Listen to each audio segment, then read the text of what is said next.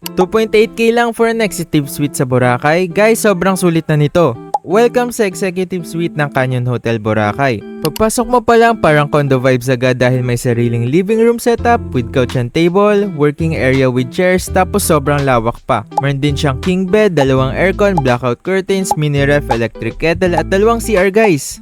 Pero ang pinaka-highlight yung bathtub nila, perfect pang relax after gumala sa beach. May balcony din kaya ang chill tumambay sa gabi. Tapos included na rin ang breakfast buffet kaya sulit talaga for the price. And syempre nandito pa rin yung aesthetic infinity pool nila, super gandang pang reels at tambayan. Quick heads up lang guys, wala silang gym and medyo mahina yung wifi sa suite so better mag-ready na mobile data. Overall, sobrang sulit nitong stay na to for family, barkada or staycation vibe sa Boracay. Don't forget to book via Agoda or Klook for a hassle-free stay. Save this trip for your next Boracay getaway. This is Finding Gia. See you guys sa next reel.